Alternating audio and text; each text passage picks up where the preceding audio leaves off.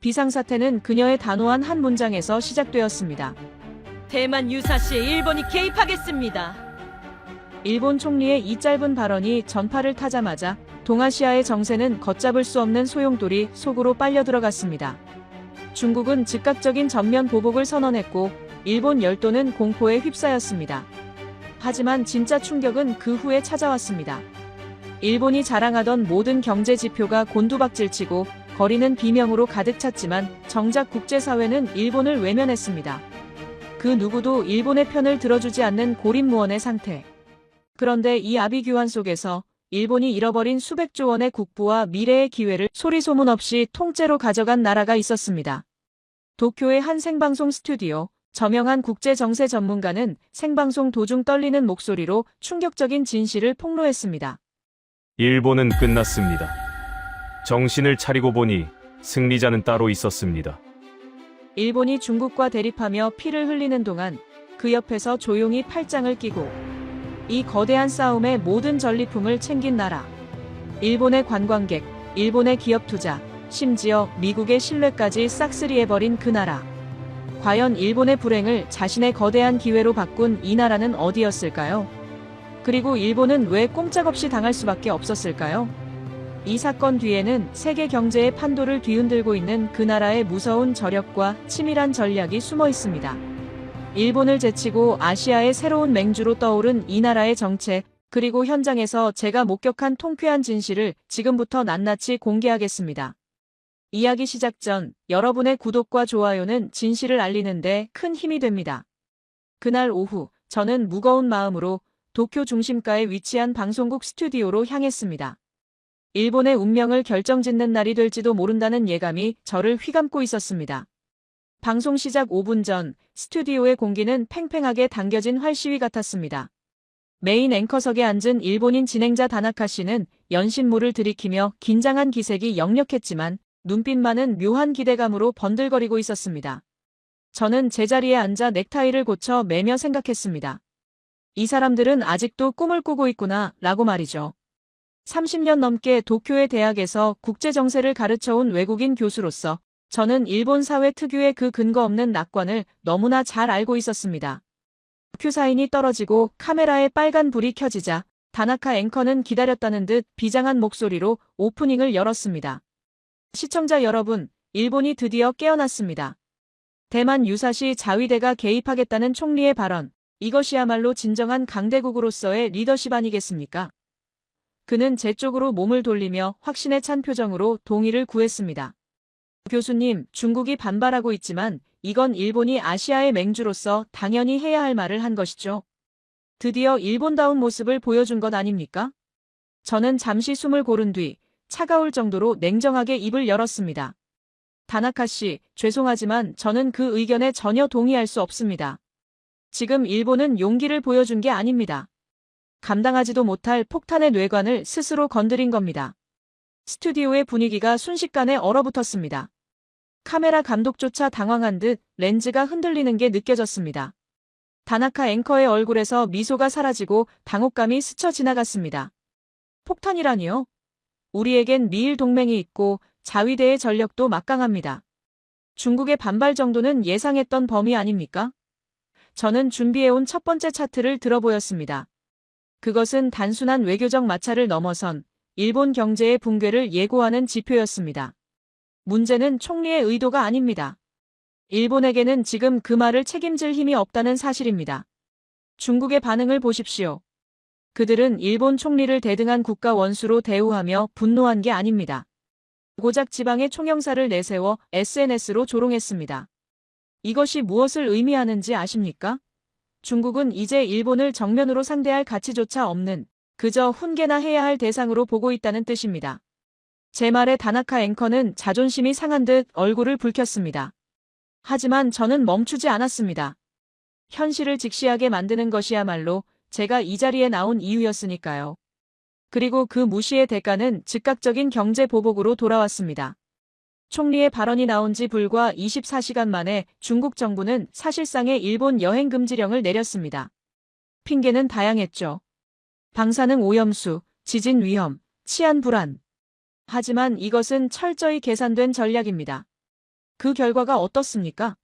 어제 하루 동안 취소된 일본행 항공권만 50만 건이 넘습니다.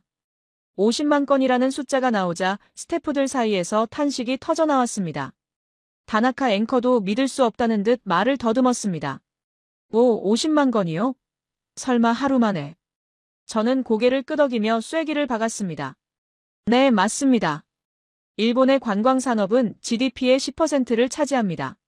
정부가 자동차 산업 다음으로 키우겠다던 핵심 동력이 단 하루 만에 멈춰 섰습니다. 금액으로 환산하면 최소 4조엔, 한국 돈으로 36조 원이 넘는 돈이 증발할 위기입니다. 지금 교토의 료칸 주인들, 오사카의 식당 상인들, 관광버스 기사들이 피를 토하는 심정으로 폐업을 고민하고 있습니다. 이건 단순한 불황이 아닙니다. 서민 경제가 밑바닥부터 무너져 내리는 소리입니다. 다나카 앵커는 억지로 침착함을 유지하려 애썼습니다. 그렇다 해도 교수님, 중국 관광객이 빠지면 관광지가 쾌적해져서 오히려 다른 나라 관광객들이 더 오지 않겠습니까? 전화위복이 될 수도. 저는 그의 아니란 태도에 씁쓸한 웃음이 나왔습니다. 그게 바로 일본이 가진 가장 큰 착각입니다. 지금 세계는 냉정합니다. 일본이 잃어버린 그 50만 명의 관광객과 4조엔의 돈이 단순히 공중으로 사라졌을까요? 아닙니다. 누군가는 그 돈을 챙겼습니다. 그리고 그 승리자는 일본이 그토록 경쟁자로 여기면서도 애써 무시하려 했던 바로 그 나라였습니다. 앵커가 의아한 눈빛으로 물었습니다. 승리자라니요? 혹시 동남아 국가들을 말씀하시는 겁니까? 저는 고개를 저으며 카메라를 정면으로 응시했습니다. 아닙니다. 중국인들이 일본 여행을 취소하고 버튼을 누른 곳, 일본 대신 선택한 새로운 아시아의 중심, 바로 한국입니다. 스튜디오에 정적이 흘렀습니다. 한국이라는 단어가 나오자 앵커의 표정이 묘하게 일그러졌습니다. 저는 팩트로 그를 압박했습니다. 데이터를 보십시오. 일본행 예약이 취소되는 그 순간 한국행 항공권 예약은 전년 대비 40%나 폭증했습니다. 일본의 호텔이 텅텅 비어 파리를 날리고 있을 때 지금 서울의 명동과 부산의 해운대는 몰려드는 유커들로 발 디딜 틈이 없습니다. 중국 최대 여행 플랫폼의 검색 순위가 하루아침에 일본에서 한국으로 바뀌었습니다. 한국의 백화점, 면세점, 식당들은 지금 즐거운 비명을 지르고 있습니다.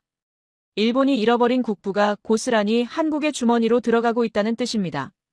앵커는 믿고 싶지 않다는 듯 반박하려 했습니다. 하지만 교수님, 그건 일시적인 반사 이익 아닙니까? 어차피 한국은 볼거리가 일본보다 부족하지 않나요? 저는 그 질문을 기다렸다는 듯 답했습니다. 과연 그럴까요? 지금 벌어지고 있는 일은 단순한 관광객 이동이 아닙니다. 이것은 아시아의 문화적, 경제적 패권이 일본에서 한국으로 완전히 넘어갔다는 명백한 신호탄입니다. 그리고 더 무서운 건 관광뿐만이 아닙니다. 한국은 지금 일본이 상상조차 못한 더 거대한 것들을 뺏어오고 있습니다. 진행자는 제 말을 듣고 잠시 말을 잇지 못하다가 이내 억울하다는 듯 목소리를 높였습니다. 하지만 교수님, 한국 문화가 인기가 많은 건 인정하지만 그게 일본을 압도한다는 건 과장 아닙니까? 일본에는 여전히 애니메이션이 있고 전통 문화가 있습니다. 고작 드라마나 노래 몇 곡 유행하는 게 무기라고 할 수 있나요? 저는 고개를 가로저으며 씁쓸한 미소를 지었습니다. 다나카 씨, 바로 그 안일함이 일본을 갈라파고스로 만든 겁니다. 지금 중국인 관광객들이 한국에 가서 무엇을 사오는지 아십니까? 그들은 단순히 김이나 화장품만 사오는 게 아닙니다. 그들은 한국의 라이프 스타일을 소비하고 돌아옵니다. 한국의 드라마에 나온 옷을 입고 한국 음악을 듣고 한국식 치킨을 먹는 것이 아시아 전역에서 가장 세련된 문화로 통하고 있습니다. 과거에는 일본의 소니 워크맨과 도요타 자동차가 그 상징이었지만 지금은 그 자리를 삼성의 갤럭시와 현대의 제네시스 그리고 K 콘텐츠가 완벽하게 대체했습니다. 이건 단순한 유행이 아닙니다. 일본의 소프트 파워가 한국에게 완전히 잡아먹혔다는 뜻입니다. 문화적 영향력이 사라진 나라는 경제적 매력도 함께 잃게 마련입니다. 지금 중국인들에게 일본은 그저 과거의 유산이 남은 박물관 같은 곳이지만 한국은 미래와 트렌드가 살아 숨쉬는 쇼핑몰 같은 곳입니다. 이 차이가 앞으로의 10년을 결정할 겁니다. 스튜디오의 분위기는 점점 더 무거워졌습니다. 진행자는 문화전쟁에서의 패배를 인정하기 싫은 듯 화제를 급히 안보 문제로 돌렸습니다. 좋습니다. 경제와 문화는 그렇다 치더라도 안보만큼은 일본이 우위에 있지 않습니까? 이번 총리의 발언도 결국 미국과의 동맹을 강화하고 대만과 협력하기 위한 고도의 전략이었습니다. 미국이 우리 뒤에 있는데 중국이 경제 보복 좀 한다고 우리가 흔들리겠습니까? 저는 이 질문을 기다리고 있었습니다. 이것이야말로 일본이 가진 가장 큰 착각이자 가장 뼈아픈 진실이었으니까요. 저는 목소리를 낮추고 다나카 씨의 눈을 똑바로 쳐다보며 말했습니다. 다나카 씨, 정말 그렇게 생각하십니까? 그렇다면 총리 발언 직후 미국 국무부의 공식 반응을 보셨습니까? 진행자가 눈을 깜빡였습니다. 미국이 지지 성명을 내지 않았나요? 저는 냉정하게 팩트를 짚어주었습니다. 미국은 단 한 줄의 성명만 냈습니다. 모든 관련 당사국은 신중하고 절제된 행동을 해야 한다. 그게 전부였습니다. 지지도 없었고 응원도 없었습니다. 사실상 일본 혼자 너무 앞서 나가지 말라고 경고한 것이나 다름없습니다. 심지어 대만조차 일본의 개입 발언에 대해 고마워하기는커녕 중국과의 관계 악화를 우려해 신중해달라고 요청했습니다. 지금 일본은 미국에게도 선택받지 못했고 대만에게도 부담스러운 존재가 된 겁니다. 철저한 짝사랑이죠. 진행자의 얼굴이 사색이 되었습니다. 믿었던 미국과 대만마저 일본을 외면했다는 사실은 그에게 큰 충격인 듯 했습니다. 그럼 일본은 고립된 겁니까? 우리가 중국과 맞설 때 누가 우리를 도와줍니까? 저는 잠시 뜸을 들이다가 일본인들이 가장 듣기 싫어할 하지만 반드시 들어야 할 대답을 내놓았습니다. 다나카 씨, 지금 일본이 손을 내밀어야 할 유일한 나라는 미국이 아닙니다. 바로 한국입니다. 진행자가 화들짝 놀라며 되물었습니다. 한국이요? 아니, 왜 하필 한국입니까?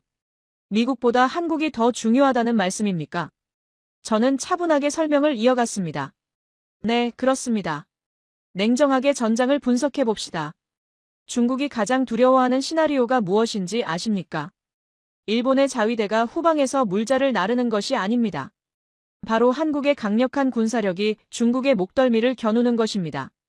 지금 미국은 동아시아 전략판을 새로 짜고 있습니다.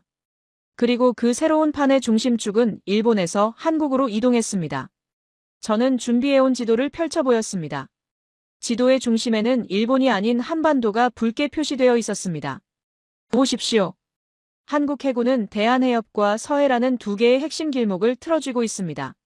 만약 중국이 태평양으로 나오려 할 때 이를 가장 앞에서 막아낼 수 있는 나라는 일본이 아니라 한국입니다. 한국은 최근 독자적인 잠수함 기술과 미사일 전력으로 중국 해군을 직접 견제할 수 있는 능력을 갖췄습니다. 미국 입장에서 생각해 보십시오. 후방에서 기름이나 넣어주는 일본과 최전방에서 중국의 칼날을 직접 막아낼 수 있는 한국 중 누구의 손을 먼저 잡겠습니까? 이미 미국 내에서는 위기 상황 발생 시 가장 먼저 한 라인을 연결할 대상으로 도쿄가 아닌 서울을 지목하고 있습니다. 일본은 이제 미국의 최우선 파트너가 아니라 한국을 보조하는 후방기지 역할로 전락하고 있는 겁니다. 진행자는 마치 망치로 머리를 얻어맞은 듯한 표정이었습니다. 후방기지. 보급 담당. 우리가 한국의 보조 역할이라니 그게 말이 됩니까? 우리가 G7 국가인데. 저는 그의 자존심을 건드리는 것을 알면서도 멈출 수 없었습니다. 자존심으로 나라를 지킬 수는 없으니까요. 다나카 씨, 인정하십시오. 일본의 자위대는 법적인 제약에 묶여 꼼짝도 못하는 동안 한국군은 실전적인 무기체계와 압도적인 생산 능력으로 세계 무기 시장을 휩쓸고 있습니다. 최근 한국이 핵추진 잠수함 건조 승인까지 받아냈다는 이야기가 돌고 있습니다. 만약 한국이 핵잠수함까지 운용하게 된다면 중국 해군은 서해 밖으로 나오지도 못합니다. 그 사이에 낀 일본은 무엇을 할 수 있을까요? 핵 없는 회색지대에 남겨져 한국과 미국의 눈치만 봐야 하는 신세가 되는 겁니다. 일본이 한국을 경쟁자로 여기고 견제하려 들면 들수록 미국은 더 확실하게 한국을 선택할 겁니다. 왜냐하면 미국에게는 중국을 막아줄 확실한 칼이 필요하지 뒤에서 불평만 늘어놓는 방패는 필요 없기 때문입니다. 스튜디오 안의 공기는 이제 침묵을 넘어 공포에 가까워졌습니다. 일본이 자랑하던 경제, 문화, 그리고 마지막 보루였던 안보동맹까지 모조리 한국에게 주도권을 뺏기고 있다는 사실. 그것은 단순한 패배감이 아니라 국가의 존망이 걸린 위기감이었습니다.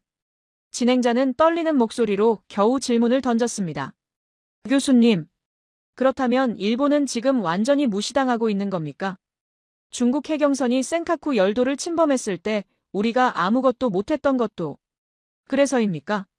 저는 고개를 끄덕이며 마지막 쐐기를 박았습니다. 정확합니다. 중국은 간파한 겁니다. 일본이 겉으로만 강한 척할 뿐 실제로는 아무런 결단도 내리지 못하고 움직일 수도 없는 식물 국가가 되었다는 것을요. 중국 해경선이 일본 영해를 휘젓고 다닐 때 일본 정부는 유감 성명 하나 내는 것 말고는 아무것도 하지 못했습니다. 미국도 침묵했고요.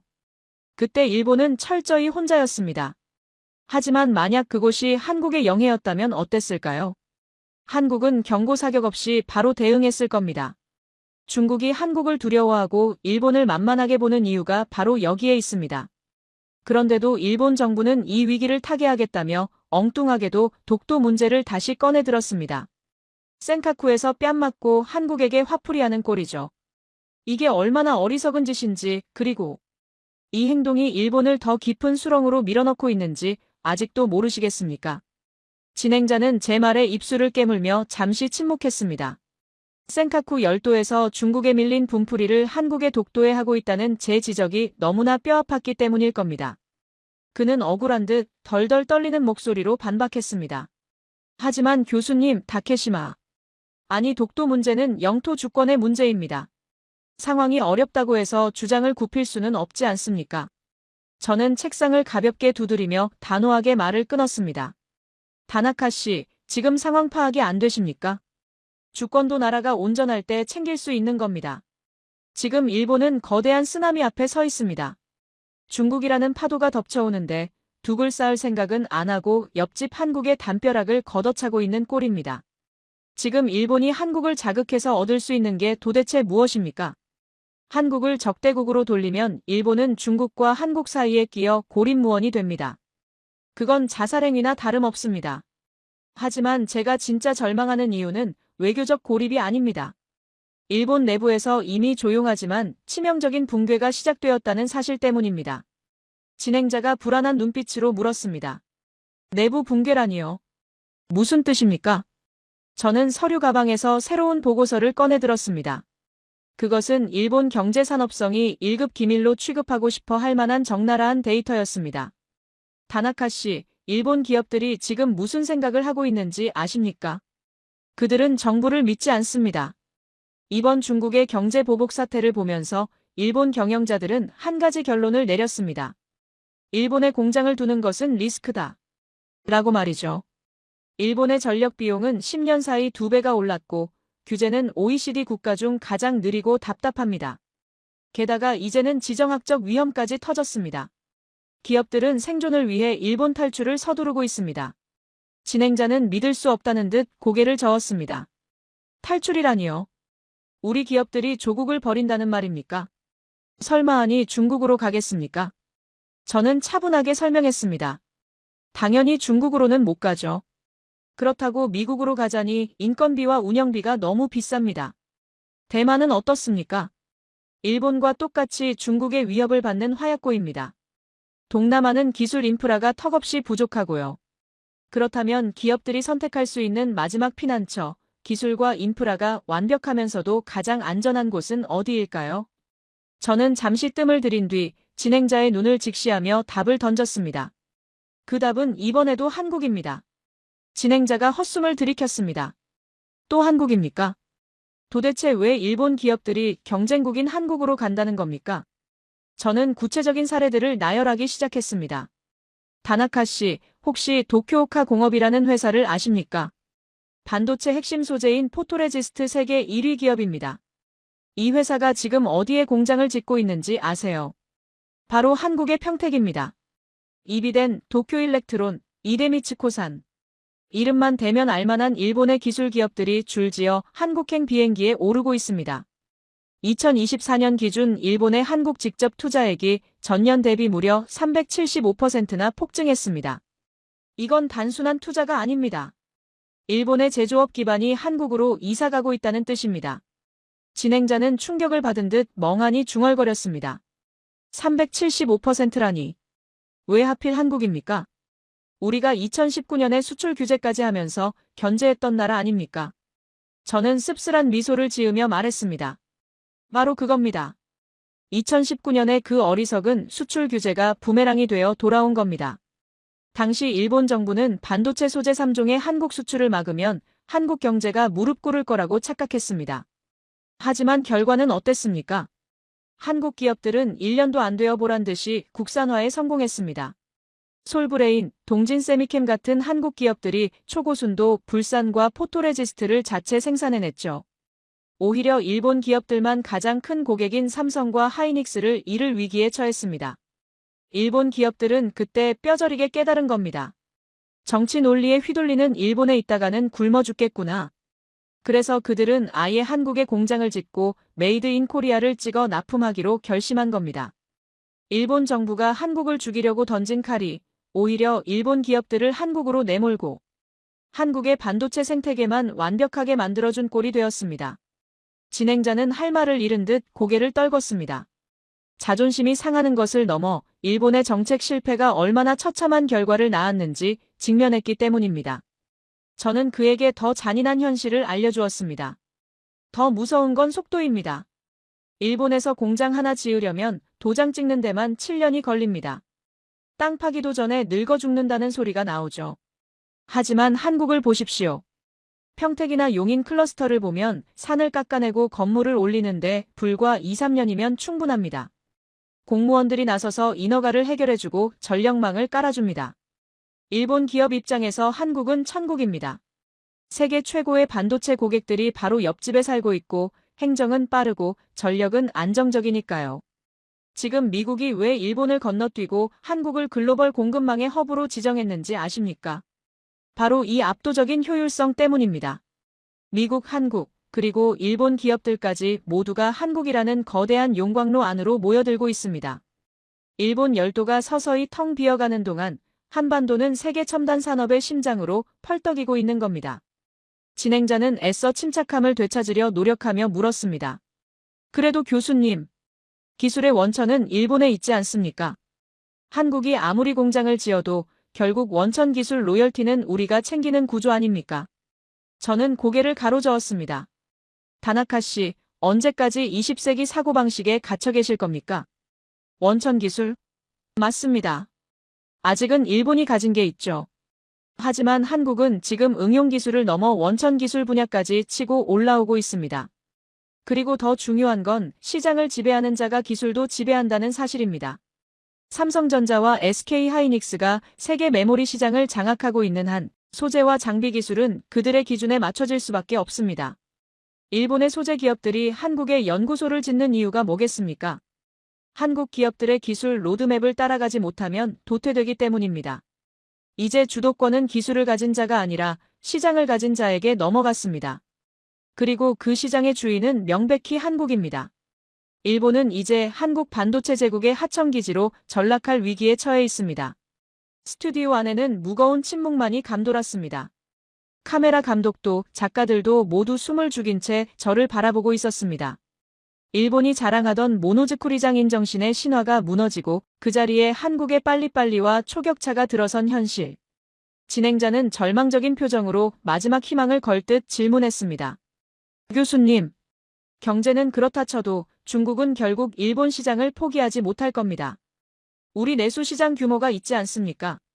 중국이 정말 일본을 완전히 배제할 수 있을까요? 저는 단호하게 대답했습니다. 다나카 씨, 중국이 그리고 있는 새로운 아시아 지도를 보셨습니까? 거기엔 일본의 자리는 없습니다. 중국은 이미 일본을 지워버리고 그 빈칸을 한국으로 채우는 시나리오를 가동하기 시작했습니다. 그리고 놀랍게도 이 시나리오에서 가장 큰 이득을 보는 것은 한국입니다. 진행자는 중국의 새로운 아시아 지도라는 말에 의구심을 감추지 못했습니다. 교수님, 그건 너무 나간 해석 아닙니까? 중국이 아무리 일본을 미워해도 경제적으로는 우리와 때려야 뗄 수 없는 관계입니다. 기술과 소재 부품에서 중국은 여전히 일본에 의존하고 있어요. 저는 고개를 저으며 쓴웃음을 지었습니다. 다나카 씨, 그 여전이라는 단어가 일본을 망치고 있습니다. 중국이 일본의 기술을 필요로 했던 건 10년 전 이야기입니다. 지금 중국 공산당과 기업들이 책상 위에 펼쳐놓은 전략 지도를 보면 제조 거점은 중국 본토, 자원은 중동과 아프리카, 금융은 홍콩과 상하이, 그리고 가장 중요한 첨단 기술 공급원은 더 이상 일본이 아닙니다. 진행자가 당황하며 물었습니다. 일본이 아니라면 도대체 어디란 말입니까? 설마 또? 저는 그의 말을 가로채며 답했습니다. 네, 맞습니다. 바로 한국입니다. 이건 중국의 감정적인 선택이 아니라 철저히 실리적인 계산의 결과입니다. 중국산 전기차의 심장인 배터리, 스마트폰의 얼굴인 OLED 디스플레이, 그리고 AI 산업의 두뇌인 반도체까지 중국이 미래 산업을 위해 반드시 수입해야 하는 핵심 중간재 시장에서 한국산 점유율이 일본산을 완전히 압도했습니다. 중국 기업들 입장에서 일본은 비싸고 느리고 이제는 낡은 기술을 가진 파트너일 뿐이지만 한국은 가장 앞서 있고 빠르며 대량 공급이 가능한 최적의 파트너가 된 것입니다. 저는 스튜디오의 모니터에 충격적인 뉴스 자료 하나를 띄웠습니다. 다나카 씨, 며칠 전 중국 외교부 대변인이 일본의 독도 망언에 대해 발표한 성명을 보셨습니까? 진행자는 고개를 갸웃거렸습니다. 독도 문제에 중국이 끼어들었습니까? 그건 한일 간의 문제인데. 저는 자료를 읽어내려갔습니다. 중국 외교부는 일본의 다케시마 영유권 주장을 악성 언행이라고 규정하며 단호히 반대한다고 발표했습니다. 이건 외교가에서 전례를 찾기 힘든 사건입니다. 중국은 그동안 한일 갈등을 방관하거나 은근히 즐기는 입장이었지 이렇게 노골적으로 한국 편을 들며 일본을 비난한 적은 없습니다. 진행자의 눈이 휘둥그레졌습니다. 중국이 한국 편을 든다고요? 도대체 왜 그런 짓을? 저는 핵심을 찔렀습니다. 중국의 의도는 명확합니다. 일본 고립 작전입니다. 중국은 일본을 아시아의 왕따로 만들고 그 반대급부로 한국을 자신의 경제권과 영향력 안으로 끌어들이려는 겁니다. 중국은 알고 있습니다. 일본은 이제 미국 없이는 아무것도 못하는 껍데기지만 한국은 독자적인 기술과 군사력을 가진 반드시 내 편으로 만들어야 할 캐스팅 보터라는 사실을 말이죠. 진행자는 믿기 힘들다는 표정으로 중얼거렸습니다. 우리가 껍데기라니요. 그래도 일본은 G7 국가이고 경제대국입니다. 한국과는 체급이 다릅니다. 저는 이제 그에게 가장 잔인한 진실, 즉 국가의 격이 바뀌었다는 사실을 말해줘야 했습니다. 다나카 씨, 체급이 다르다는 말에는 동의합니다. 하지만 그 방향은 당신의 생각과는 정반대입니다. 지금 전 세계에서 진정한 의미의 풀세트 국가가 어디인지 아십니까? 진행자가 되물었습니다. 풀세트 국가라면 모든 산업을 다 갖춘 나라를 말하는 건가요? 저는 손가락을 하나씩 펴며 설명했습니다. 첫째, 세계 시장을 지배하는 첨단 제조업, 즉 반도체와 자동차, 조선업을 모두 가진 나라. 둘째, 독자적인 무기 체계로 육해공 전력을 자체 생산하고 수출까지 하는 군사 강국. 셋째, 전 세계인의 마음을 움직이는 문화 콘텐츠 파워를 가진 나라. 이 세 가지를 완벽하게 갖춘 나라는 지구상에 딱 두 곳뿐입니다. 하나는 미국이고 나머지 하나는 바로 한국입니다. 일본은 어떻습니까? 자동차는 전기차 전환에 늦었고 반도체는 몰락했으며 조선업은 한국에 밀려난 지 오래입니다. 군사력은 어떻습니까? 비싼 돈 들여 미국 무기를 사오거나 실전 경험도 없는 무기들을 개발하다 예산만 낭비하고 있지 않습니까? 스튜디오의 분위기는 참담했습니다. 누구도 제 말에 반박하지 못했습니다. 저는 더욱 구체적인 사례로 압박했습니다. 한국의 방산 수출을 보십시오. K2 전차는 폴란드의 주력 전차가 되었고 K9 자주포는 전 세계 자주포 시장의 절반을 장악했습니다. FA-50 경공격기는 동남아와 유럽 하늘을 날고 있습니다. 한국은 단순히 물건을 파는 게 아닙니다. 안보와 신뢰를 팔고 있습니다. 전쟁 중인 나라들이, 위기에 처한 나라들이 일본이 아닌 한국의 무기를 찾는다는 것, 이것이 바로 국력의 증거입니다. 반면 일본이 무기 수출에 성공한 사례가 단 한 건이라도 있습니까? 완벽을 핑계로 규격만 따지다가 타이밍을 다 놓치지 않았습니까? 세계는 지금 일본의 정교함이 아니라 한국의 성능과 속도를 선택하고 있습니다. 문화는 말할 것도 없습니다. 지금 이 순간에도 일본의 젊은이들은 시부야 거리에서 한국 음악을 듣고 넷플릭스로 한국 드라마를 봅니다. 일본 총리가 대만 문제로 헛발질을 하는 동안 한국은 문화와 무기, 기술로 전 세계 영토를 넓히고 있는 겁니다. 진행자는 억울한 듯 입술을 깨물며 마지막 자존심을 세우려 했습니다. 하지만 교수님, 안보는 결국 미국입니다. 미국과의 동맹 관계에서 일본의 지위는 한국보다 높지 않습니까? 우리는 쿼드의 핵심 멤버이고 미국이 가장 신뢰하는 동맹입니다.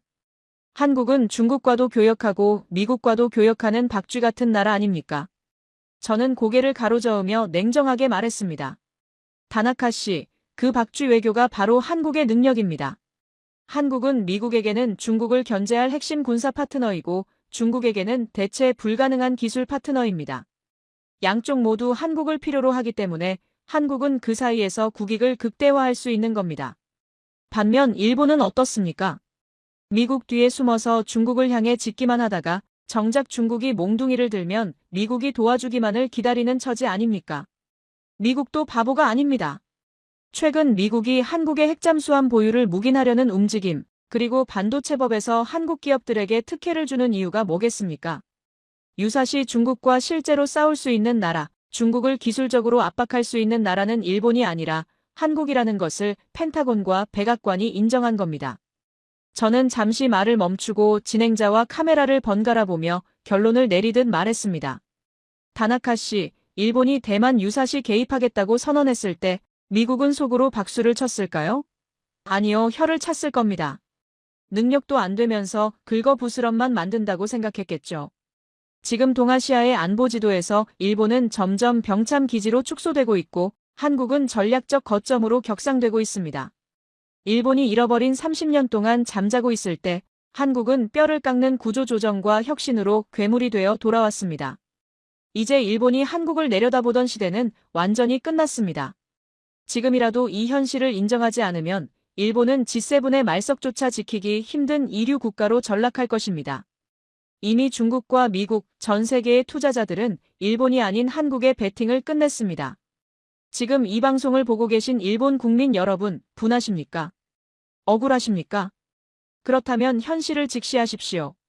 지금 일본이 살 길은 과거의 영광에 취해 한국을 무시하는 게 아니라 한국이 어떻게 저런 기적을 이뤘는지 배우고 그들의 손을 잡는 것뿐입니다.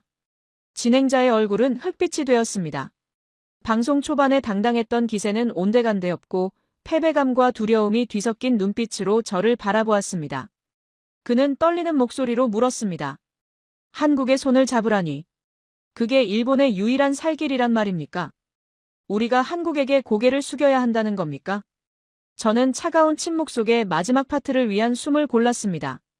이제 일본에게 남은 선택지는 단 하나밖에 없었기 때문입니다. 진행자의 질문은 절박했습니다. 한국에게 고개를 숙여야 하느냐는 그 물음에는 지난 100년간 아시아의 맹주로 군림했던 일본의 마지막 자존심이 담겨 있었습니다. 스튜디오의 모든 조명이 저를 비추고 있었고 저는 이 순간이 오늘 방송의 하이라이트이자 일본 사회에 던지는 가장 강력한 메시지가 될 것임을 직감했습니다. 저는 천천히 고개를 저으며 부드럽지만 단호한 어조로 입을 열었습니다. 다나카 씨, 이건 굴복이나 패배를 인정하라는 뜻이 아닙니다. 생존을 위한 선택을 하라는 겁니다. 지금 일본에게 남은 길은 딱 두 가지뿐입니다. 하나는 끝까지 자존심만 내세우며 한국을 경쟁자로 여기다가 야금야금 시장과 기술, 인재를 모두 빼앗기고 고립되어 서서히 가라앉는 길입니다. 그리고 다른 하나는 현실을 인정하고 한국과 손을 잡아서 최소한 동아시아의 두 번째 축으로서의 지위라도 지켜내는 길입니다. 진행자가 멍한 표정으로 되물었습니다. 두 번째 축이라니요? 우리가 한국의 보조자가 된다는 말입니까? 저는 고개를 끄덕였습니다. 네, 그렇습니다. 인정하기 힘들겠지만 지난 150년의 역사가 뒤집혔습니다. 메이지 유신 이후 처음으로 한국이 일본보다 앞서 나가는 시대가 열린 겁니다. 다나카 씨, 1997년을 기억하십니까? 한국이 IMF 외환위기를 맞았을 때 일본의 언론과 전문가들은 뭐라고 했습니까? 한국은 이제 끝났다. 영원히 이류 국가로 남을 것이다. 라며 비웃고 자금을 회수하지 않았습니까? 그때 일본은 전자산업 세계 1위라는 달콤한 꿈에 취해 있었죠. 하지만 그 순간이 갈림길이었습니다. 한국은 뼈를 깎고 살을 도려내는 구조조정으로 부실 기업을 정리하고 IT와 인터넷이라는 새로운 세상에 모든 것을 걸었습니다. 온 국민이 금을 모으며 나라를 다시 세웠습니다. 반면 일본은 어땠습니까? 잃어버린 20년, 30년 동안 정부가 돈을 풀어 좀비 기업들을 연명시키고 팩스와 도장에 집착하며 변화를 거부했습니다. 한국이 피눈물을 흘리며 괴물로 진화하는 동안 일본은 따뜻한 온실 안에서 서서히 늙어갔던 겁니다. 스튜디오에는 무거운 침묵이 감돌았습니다. 30년 전의 오만이 지금의 몰락을 불렀다는 사실에 그 누구도 반박하지 못했습니다. 저는 말을 이었습니다. 지금 한국을 보십시오. 삼성전자와 하이닉스는 일본 반도체 연합군이 덤벼도 이길 수 없는 거대한 성벽을 쌓았습니다. 현대차 그룹은 도요타가 주춤하는 사이 전기차와 수소차로 세계 3위가 되었습니다. 한강의 기적은 끝난 게 아닙니다. 지금은 한국의 역습이 완성되는 단계입니다. 다나카 씨, 일본이 살 길은 한국을 시기하는 게 아닙니다. 배워야 합니다.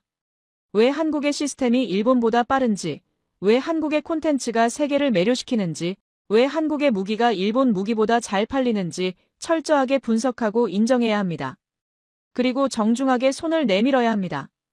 우리가 자본과 기초과학을 댈 테니 당신들의 제조 능력과 속도로 함께 시장을 먹자고 제안해야 합니다. 그것만이 일본 기업이 살고 일본 경제가 중국에 먹히지 않는 유일한 방법입니다. 한일 협력에서 주도권은 이미 서울로 넘어갔습니다. 도쿄는 이제 훌륭한 파트너가 되기를 자청해야 합니다. 진행자는 한참 동안 말을 잇지 못했습니다. 그의 눈시울이 붉어져 있었습니다. 평생을 믿어왔던 일본 1등 신화가 무너져 내리는 소리를 들었기 때문일 겁니다.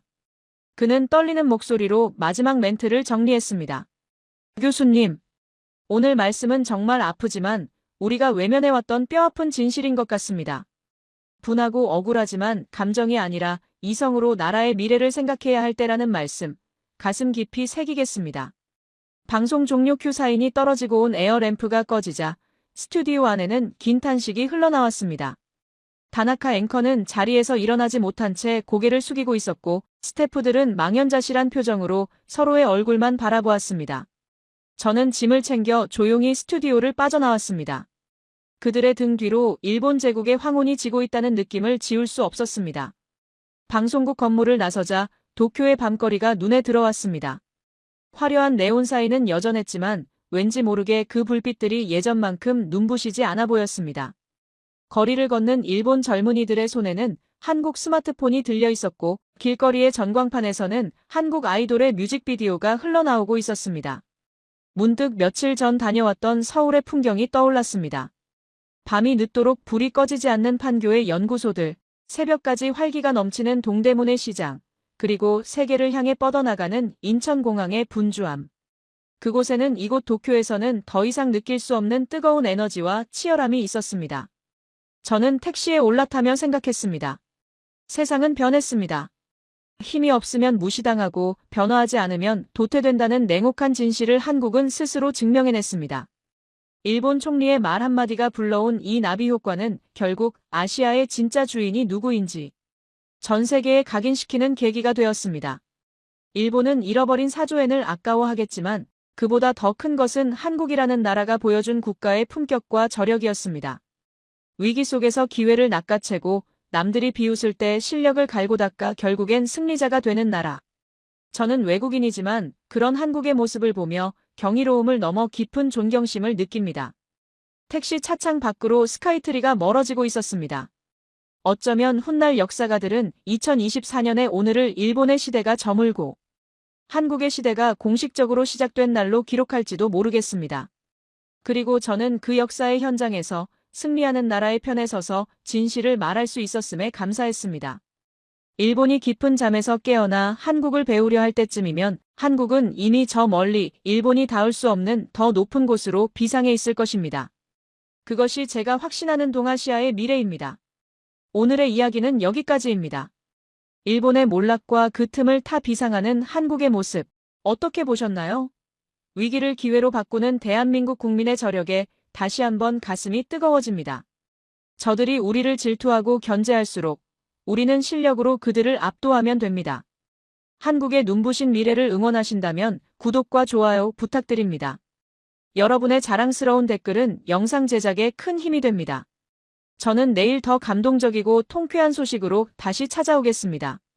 시청해주셔서 감사합니다. 한국은 아무것도 못한다. 사흘 전 일본 총리가 국회에서 이렇게 말한 순간 도쿄는 자신들이 이겼다고 확신했죠. 하지만 단 36시간. 중국의 전면 제재, 유럽 7개국의 공동성명, 일본 금융시장 11% 폭락. 총리는 결국 굳은 표정으로 또 한 번 마이크를 잡았습니다. 대마도 문제는 설명이 필요하다. 그 직후 한국이 공개한 세 가지는 일본을 완전히 침묵시켰습니다. 해협 통제율 99.3%, 17세기 막부 원본지도, 내각이 40년 봉인했던 귀속 근거 불충분 문서. 자료가 공개될수록 총리의 얼굴은 창백해졌고 31년간 금기였던 이유가 드러났죠. 그리고 마지막에 그녀는 거의 속삭이듯 말했습니다. 한국은 이미 다 알고 있었다.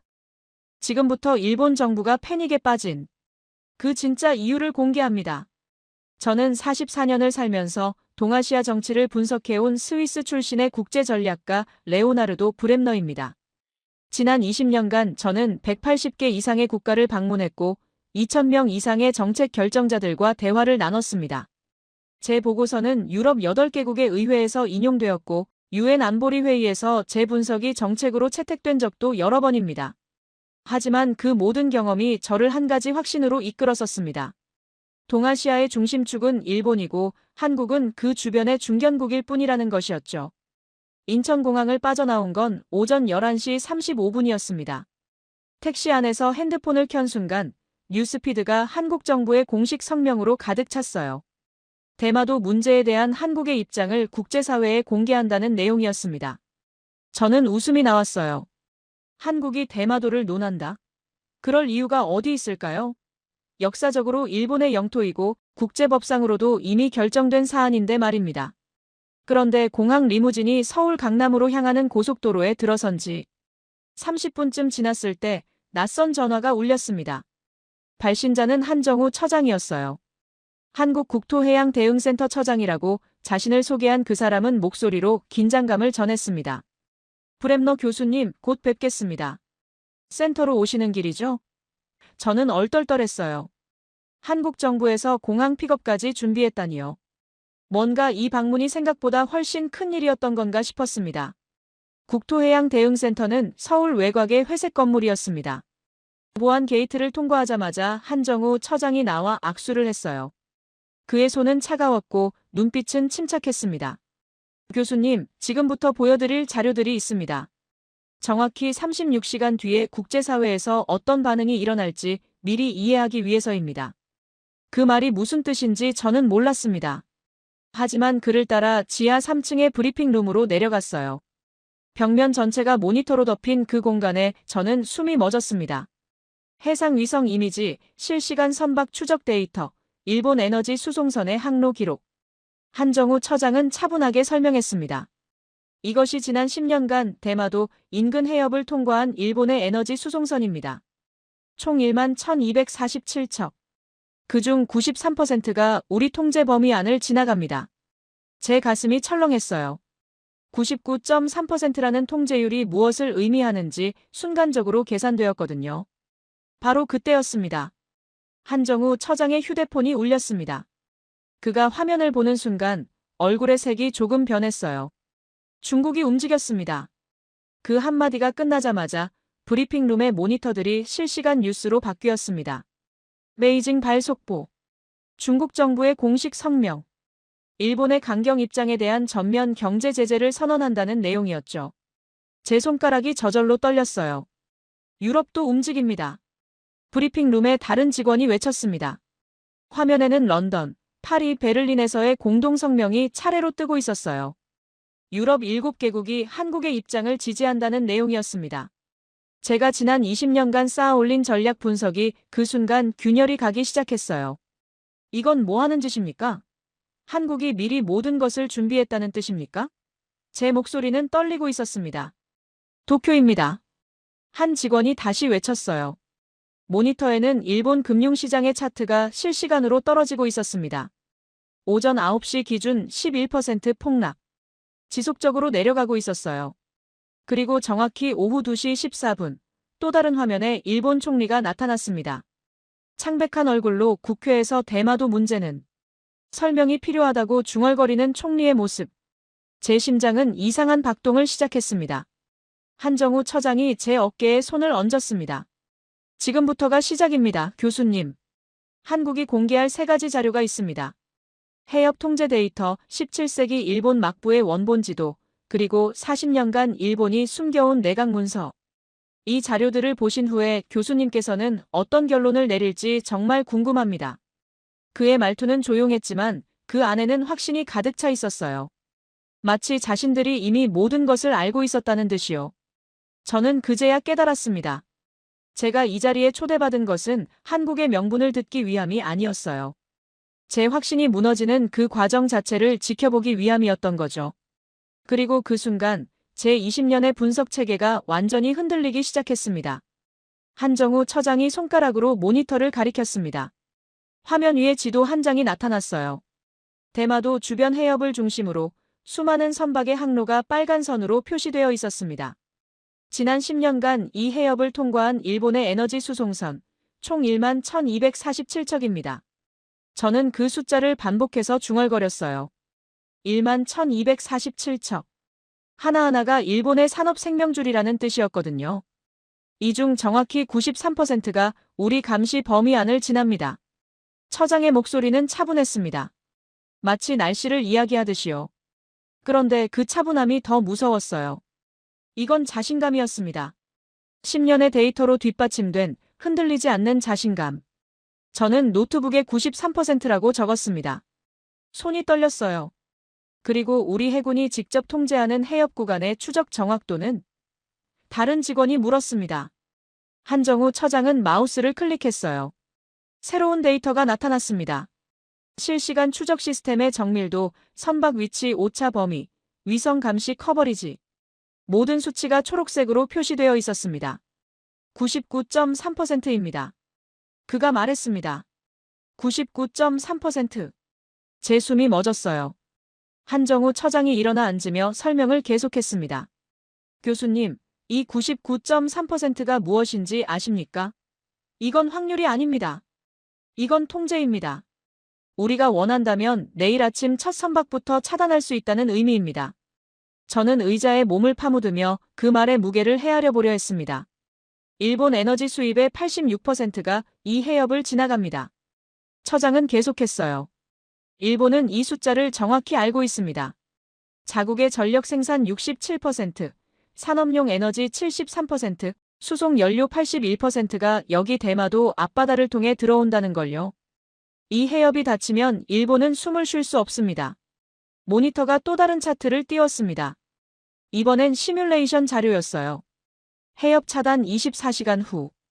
일본 제조업 생산량 41% 급락. 전자제품 수출 거의 중단. 석유화학 공장 연쇄 폐쇄. 48시간 후. 자동차 산업 72% 가동 중단. 반도체 제조 불가능. 산업 가동 시간마다 감소. 72시간 후. 일본 전체 제조업 거의 마비. 전력망 불안정. 국가 경제 붕괴 위험도 94%.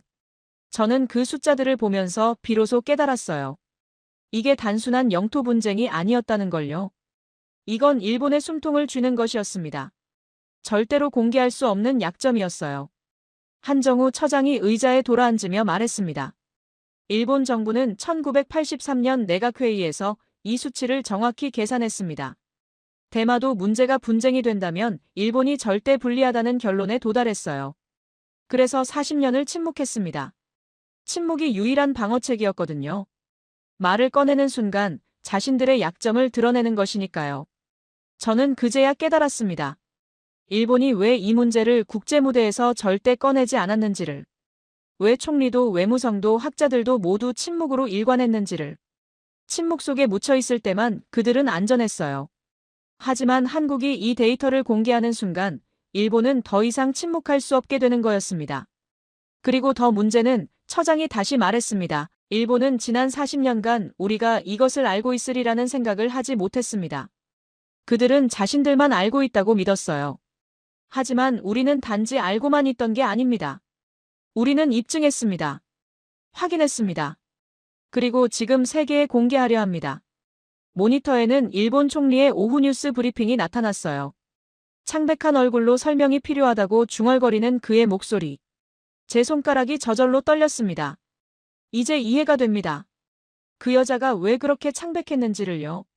한정우 처장이 손을 들어 누군가를 불렀습니다. 문이 열리자 군복을 입은 남자가 들어섰어요.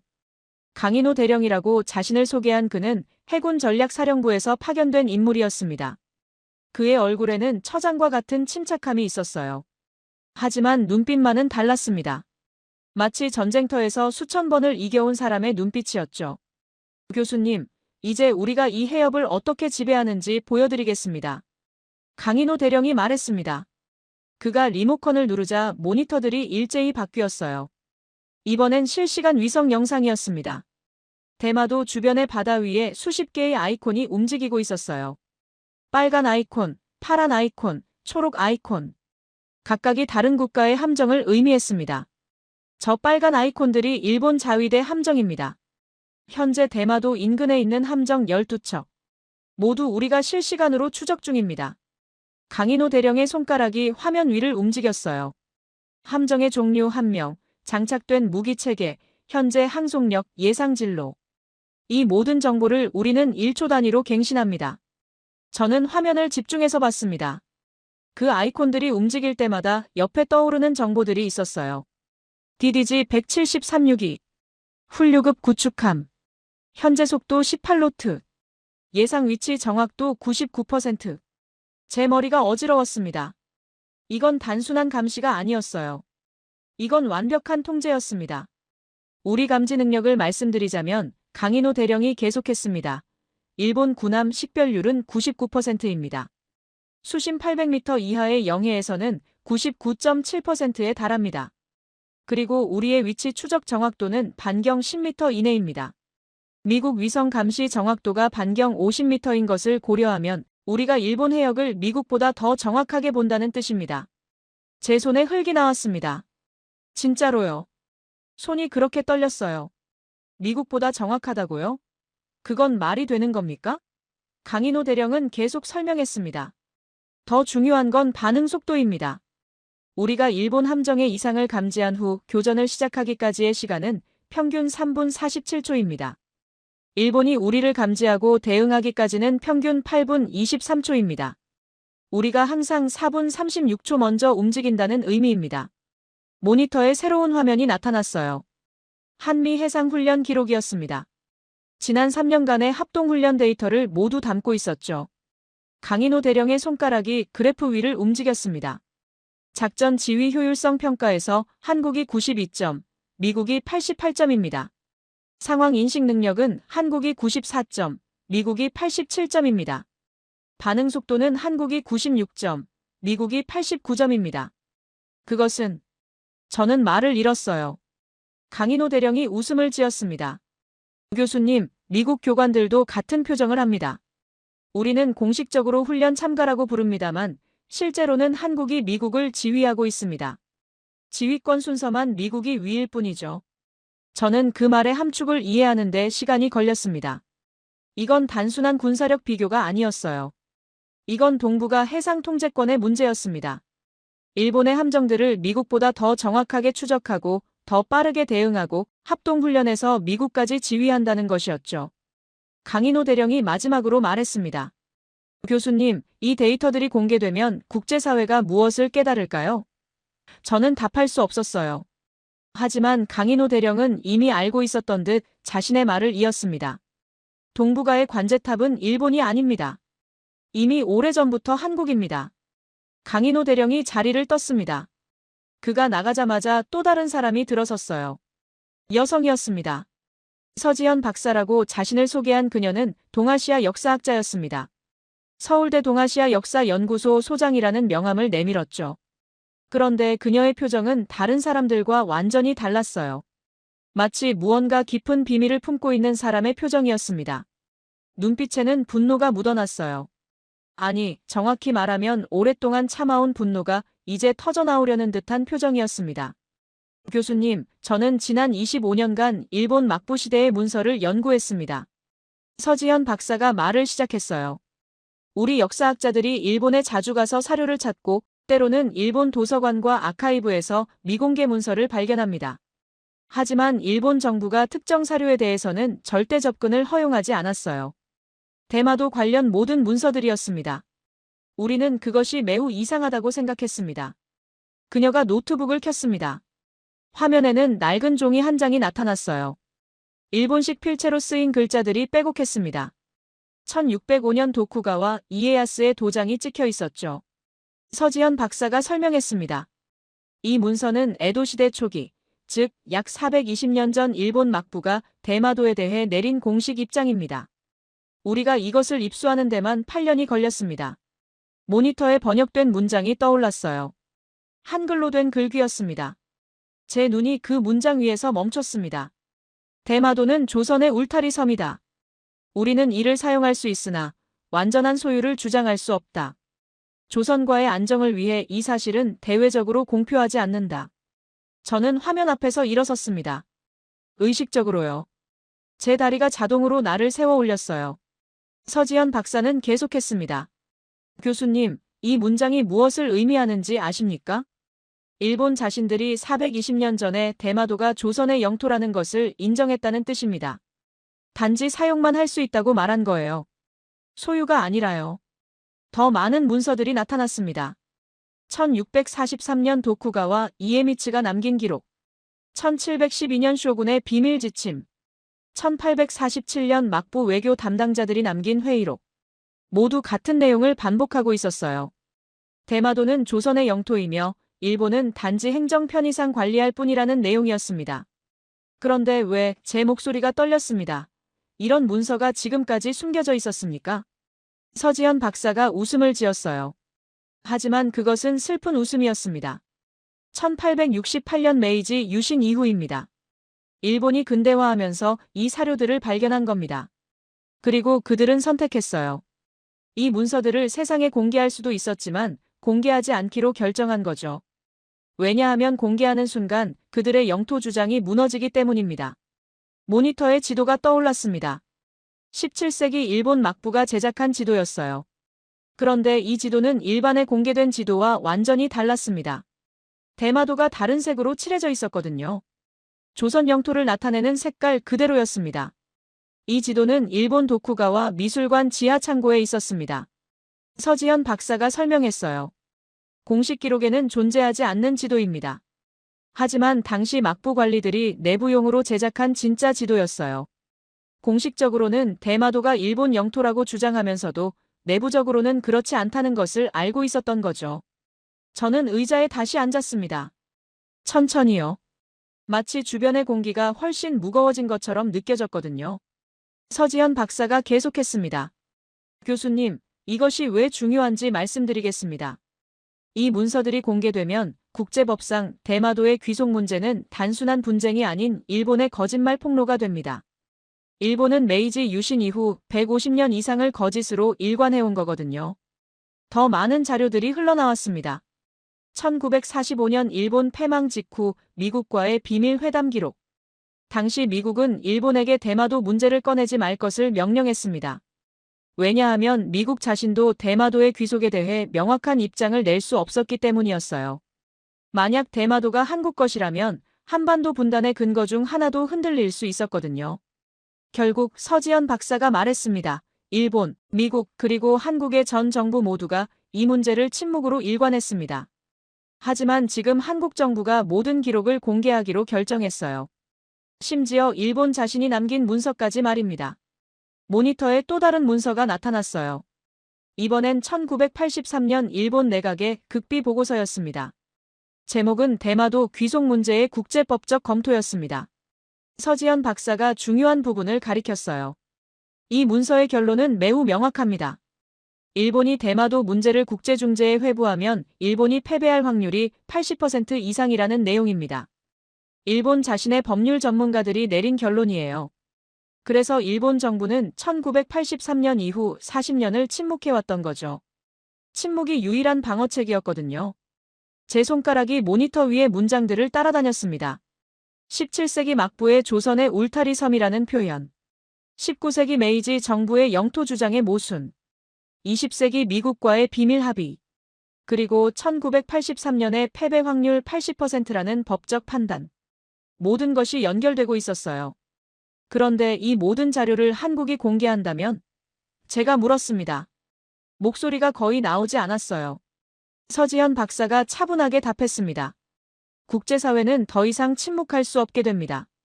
왜냐하면 더 이상 분쟁이 아닌 확정된 역사가 되기 때문입니다. 일본 자신이 남긴 증거로 말입니다. 그 순간 브리핑룸의 모니터들이 모두 바뀌었어요. 일본 총리의 비상긴급회의 소식이 떠올랐습니다. 여전히 창백한 얼굴로 그녀는 국무회의를 소집했습니다. 한국의 역사자료 공개에 대한 대응을 하겠다고 말했어요. 하지만 그녀의 눈빛은 이미 패배를 알고 있었습니다. 쟤는 서지현 박사를 바라봤습니다. 당신은 얼마나 오래 이걸 기다렸습니까? 서지현 박사의 눈에 눈물이 맺혀 있었어요. 25년입니다. 25년을 기다렸습니다. 서지현 박사가 자리를 떴습니다. 그녀가 문을 나가며 남긴 표정은 여전히 슬펐어요. 마치 오랫동안 품어온 짐을 겨우 내려놓는 사람의 표정이었습니다. 그 순간 한정우 처장이 노트북을 켰습니다. 화면에는 영상통화 화면이 떠올랐어요. 상대방의 모습은 흐릿하게 처리되어 있었습니다. 익명 처리된 것이었죠. 이분은 일본 외무성에서 40년을 근무하신 전직 국장입니다.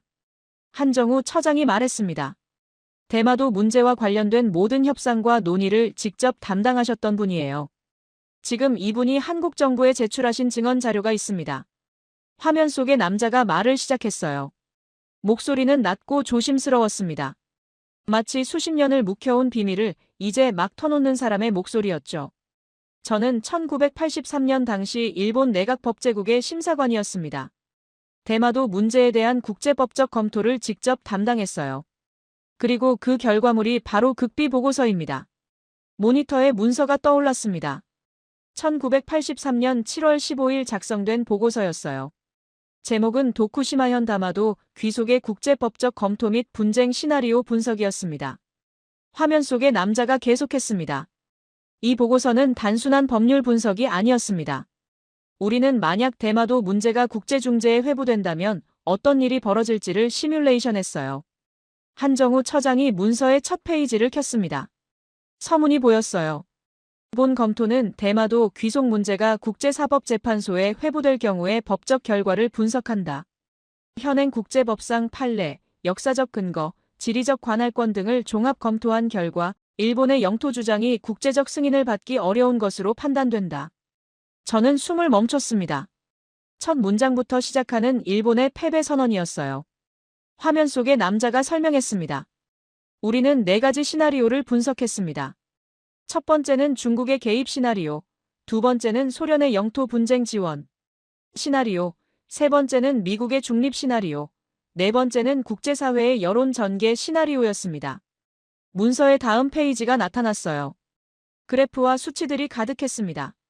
시나리오 1, 중국 개입 시 일본 패배 확률 87%, 시나리오 2, 소련 지원 시 일본 패배 확률 92%, 시나리오 3, 미국 중립 시 일본 패배 확률 71%, 시나리오 4, 국제 여론 주도 시 일본 패배 확률 78%, 평균 패배 확률 82%.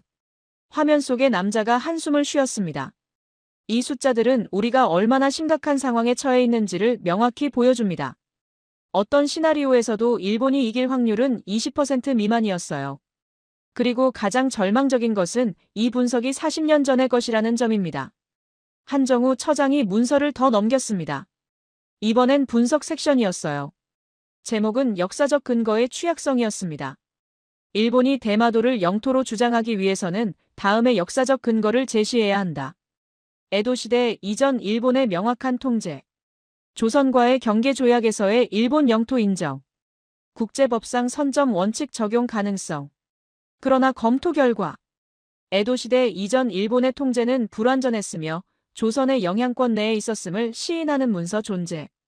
조선과의 어떤 조약도 일본의 영토 주장을 명확히 인정한 바 없음.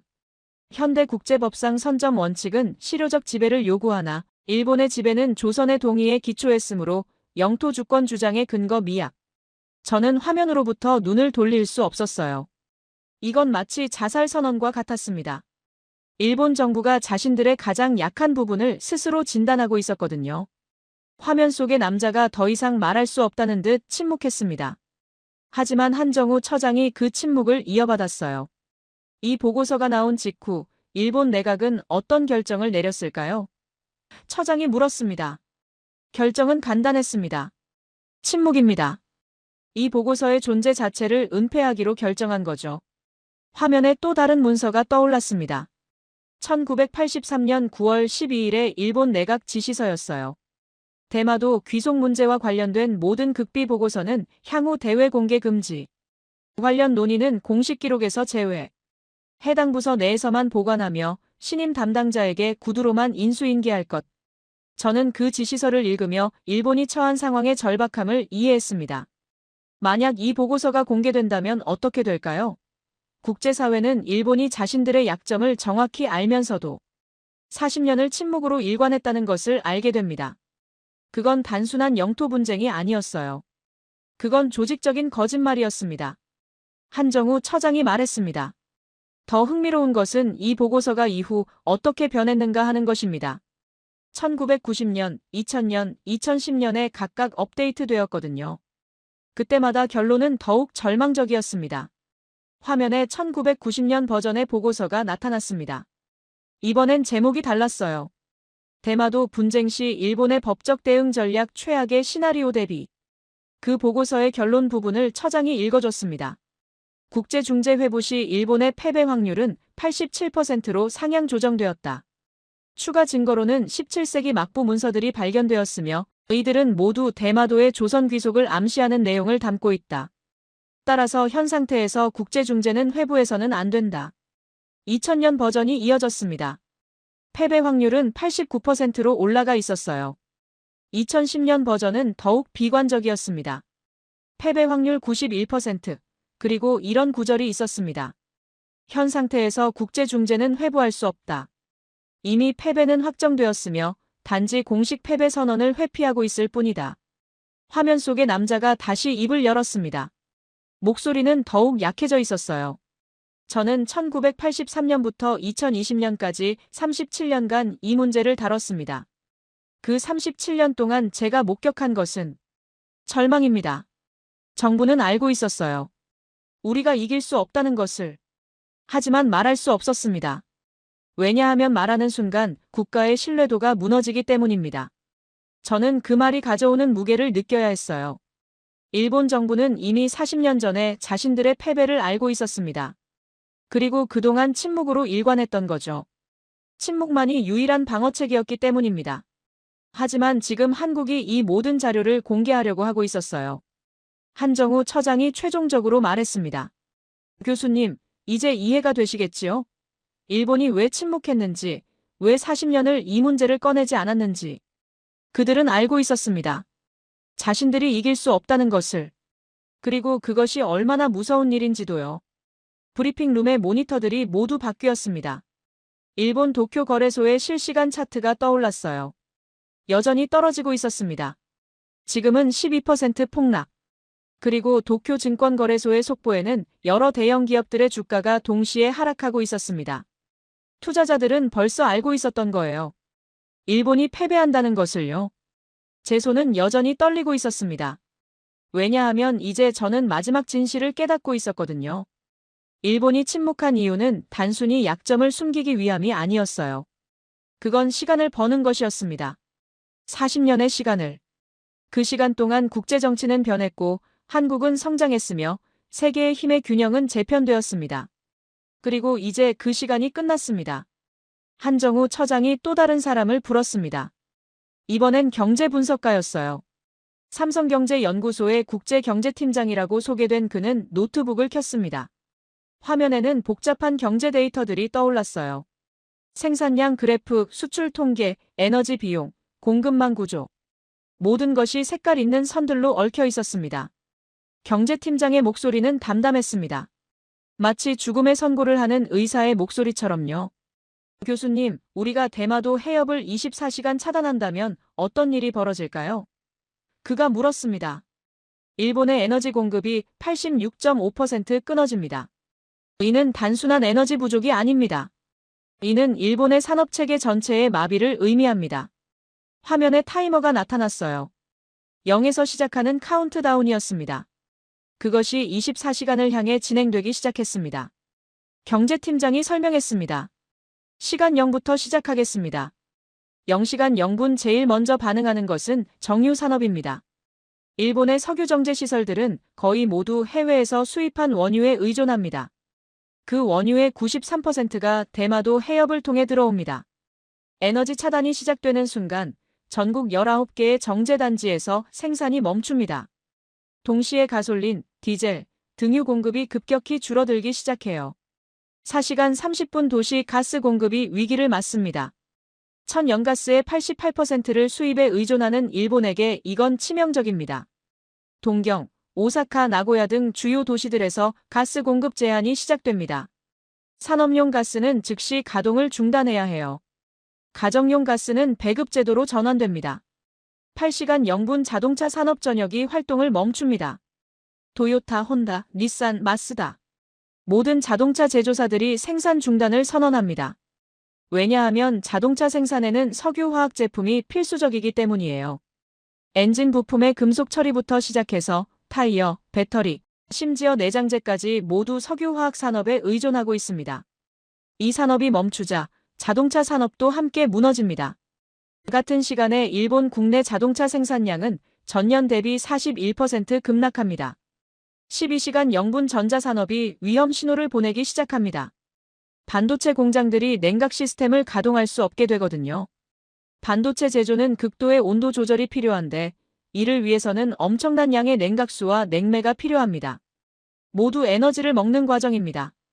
첫 번째 반도체 공장이 생산 중단을 선언합니다. 소니, 삼성의 경쟁사, 그리고 일본 국내 칩 제조업체들이 차례로 가동을 멈춘다. 16시간 0분 대형 제조업체들의 공급망이 붕괴합니다. 자동차 부품업체들, 전자부품업체들, 화학물질 공급업체들 모두가 생산 중단 상태입니다. 이제 문제는 단순한 에너지 부족이 아닙니다. 공급망 전체가 끊어진 거예요. 일본 내수 시장은 급격히 위축되기 시작합니다. 20시간 0분 일본의 수출이 거의 중단됩니다. 생산을 할 수 없으니 수출할 것이 없기 때문이에요. 전 세계를 향한 일본의 부품 공급이 멈춘다. 글로벌 공급망에 일본 부품이 포함된 모든 산업이 영향을 받기 시작합니다. 자동차, 반도체, 화학, 기계 모든 분야에서 납기 지연 소식이 터져나옵니다. 24시간 0분 첫 하루가 지났습니다. 경제팀장이 통계를 읽었어요. 일본 제조업 생산량이 전일 대비 41% 급락했습니다. 일본 증권거래소는 개장과 동시에 9.7% 하락. 금융시장이 패닉에 빠집니다. 저는 화면을 바라봤습니다. 24시간이 지났을 뿐인데 일본의 경제는 이미 심각한 손상을 입고 있었어요. 하지만 경제팀장은 계속했습니다. 이제 48시간 시나리오를 보시겠습니다. 타이머가 리셋되었습니다. 다시 0에서 시작해요. 하지만 이번엔 더 빠르게 진행되었습니다. 0시간에서 6시간 제1차 에너지 위기에서 생존하지 못한 중소기업들이 부도를 신청합니다. 특히 에너지 다소비 산업 관련 중소기업들이 먼저 무너집니다. 2,400개의 기업이 48시간 내에 폐업을 신청합니다. 12시간 자동차 산업 전체가 생산 중단 상태가 됩니다. 생산량은 전일 대비 72% 감소. 더 이상 급락이 아니라 중단에 가까워졌어요. 18시간 경제팀장이 중요한 수치를 읽었습니다. 실업 초기 신청이 급증합니다. 하루에 8만 9천 명이 실업을 신청합니다. 이는 2008년 금융위기 당시의 4배 수준입니다. 24시간 일본 엔화의 가치가 급락합니다. 엔달러 환율이 120에서 147로 떨어져요. 일본의 신용등급이 하락합니다. 국제신용평가사들이 일본의 신용등급을 강등합니다. 36시간 은행들의 뱅크런이 시작됩니다. 일본 국민들이 예금을 인출하기 시작하는 거예요. 미래가 불안하니까요. 주요 은행들이 1일 인출 한도를 제한합니다. 48시간 0분 경제팀장이 마지막 수치를 읽었습니다. 일본 산업 가동률이 28%까지 떨어집니다. 이는 산업의 72%가 마비되었다는 의미입니다. 동시에 실업자 수는 420만 명에 도달합니다. 제 손에 땀이 맺혔어요. 48시간. 단 이틀 만에 일본은 이 정도로 무너진다는 것입니다. 하지만 경제팀장은 또다시 타이머를 리셋했습니다. 72시간 시나리오입니다. 이번엔 타이머가 매우 빠르게 진행되었어요. 마치 일본의 경제 붕괴를 가속화시키는 것 같았습니다. 0에서 36시간, 일본의 기간 산업들이 점진적으로 붕괴합니다. 발전소의 연료가 떨어집니다. 일부 지역에서 전력 공급이 제한됩니다. 철도 운송이 방해받습니다. 물 공급이 불안정해집니다. 36에서 48시간, 도시 기능이 흔들립니다. 신호등이 제대로 작동하지 않는 도로들이 생깁니다. 병원들의 발전기 연료가 떨어지기 시작합니다. 응급 상황이 증가합니다. 48에서 60시간 국민 생활이 혼란에 빠집니다. 슈퍼마켓 선반이 비기 시작해요. 가솔린 스탠드에 줄이 늘어섭니다. 주요 도시의 지하철 운영이 부분 중단됩니다. 60에서 72시간, 경제팀장이 최종 통계를 읽었습니다. 목소리가 더 낮아졌어요. 72시간 후의 일본 상황입니다. 제조업 생산량 92% 감소. 실업자 수 890만 명. 일본 국내 총생산 GDP 손실액 약 2,400억 달러. 국가 경제 붕괴 위험도 94%. 저는 그 숫자들을 듣고서 말을 잃었습니다. 72시간. 3일입니다. 단 3일 만에 일본의 경제체계가 거의 완전히 무너진다는 뜻이었어요. 890만 명의 실업자. 그건 일본 인구의 7%에 해당합니다. 경제팀장이 마지막으로 말했습니다. 교수님, 이 시뮬레이션에는 전쟁 요소가 포함되지 않았습니다. 만약 한국이 단순 차단이 아니라 실질적인 해상 봉쇄를 한다면, 일본 해군이 저항한다면, 그 경우엔 이 일정이 훨씬 더 빨라질 것입니다. 모니터에 마지막 차트가 떠올랐어요. 그것은 군사 시뮬레이션이었습니다. 만약 해상 분쟁으로 확대된다면 일본 해군의 대응 능력을 분석한 차트였어요. 결론은 단호했습니다. 일본 해군의 대응 시간 평균 8분 23초. 한국 해군의 반격 시간 평균 3분 47초. 한국이 항상 4분 36초 빠르다는 것을 의미했습니다. 경제팀장이 최종적으로 말했습니다. 대마도는 일본의 아킬레스건이 아닙니다. 일본의 급소입니다. 그리고 그 급소는 이미 한국의 칼끝 앞에 노출되어 있습니다. 브리핑룸의 모든 모니터가 동시에 한 화면으로 바뀌었어요. 도쿄 거래소의 실시간 주가였습니다. 12%에서 15%로 떨어지고 있었습니다. 아직도 계속 내려가고 있었어요. 투자자들은 이미 알고 있었습니다. 이 시뮬레이션이 정말 현실이 될 수 있다는 것을요. 저는 의자에서 일어났습니다. 다리가 떨렸어요. 이제 저는 마지막 진실을 깨달았습니다. 이것은 단순한 정치 싸움이 아니었어요. 이것은 일본의 생존이 달린 전쟁이었습니다. 그리고 한국이 이미 모든 카드를 준비해두고 있었습니다. 경제팀장이 자리를 떠났습니다. 한정우 처장이 손을 들었어요. 이제 마지막입니다. 국제사회의 반응을 보시겠습니다. 화면들이 모두 바뀌었습니다. 이번엔 전 세계의 뉴스들이 동시에 떠올랐어요. CNN, BBC, DW, 프랑스 TV, 알자지라. 모든 국제뉴스 채널들이 같은 주제를 다루고 있었습니다. 한국의 자료 공개입니다. 한정우 처장이 시간을 알렸습니다. 지금 시간은 한국 정부 브리핑 후 정확히 3시간 47분입니다. 국제사회의 반응을 시간순으로 보시겠습니다. 0시간 10분, 베이징. 중국 외교부 대변인이 기자 회견을 열었어요. 중국 국기가 배경으로 있는 그 연단에서 그는 이렇게 말했습니다. 한국의 역사자료 공개는 동아시아의 역사적 진실을 규명하는 중요한 조치입니다. 우리는 역사적 사실에 기반한 문제 해결의 필요성을 인정합니다. 제 눈썹이 올라갔어요. 그건 외교적 표현이었어요. 하지만 의미는 명확했습니다. 중국이 한국을 지지한다는 뜻이었거든요. 한정우 처장이 설명했습니다. 중국의 이 발언은 공식적으로는 중립을 표현한 것입니다만 실질적으로는 한국의 입장을 인정한 것입니다. 이제 국제사회의 수평선에서 가장 영향력 있는 국가 중 하나가 한국 편이 된 거예요. 0시간 28분, 베를린. 독일 외교부 대변인이 성명을 발표했습니다. 독일은 한국이 공개한 역사 자료의 학문적 엄밀성을 검토하고 있습니다. 현재까지의 검토 결과 해당 자료들의 신빙성이 높은 것으로 평가됩니다. 모니터에 유럽 지도가 떠올랐어요. 독일, 프랑스, 이탈리아, 스페인, 네덜란드, 벨기에, 오스트리아. 하나둘씩 표시되기 시작했습니다. 한정우 처장이 설명했습니다. 유럽의 주요 국가들이 순차적으로 한국의 자료에 대한 신빙성을 확인하고 있습니다. 이것은 우연이 아닙니다. 사전 조율의 결과입니다. 0시간 45분 런던. 영국 외교부 대변인이 입장을 발표했어요. 영국은 한국의 자료 공개를 학문적으로 긍정적으로 평가합니다. 17세기 문서들의 판독과 번역이 역사학적 기준에 부합하는 것으로 확인되었습니다. 저는 그 말들을 들으며 무언가를 깨닫고 있었어요. 이것은 우발적이 아니었습니다. 조직적이었어요. 마치 오케스트라처럼 정확하게 계획된 조율이었습니다. 1시간 12분 파리. 프랑스 외교부 장관이 직접 나섰어요. 기자회견장에서 그는 이렇게 말했습니다. 프랑스는 한국의 국제법적 입장을 지지합니다.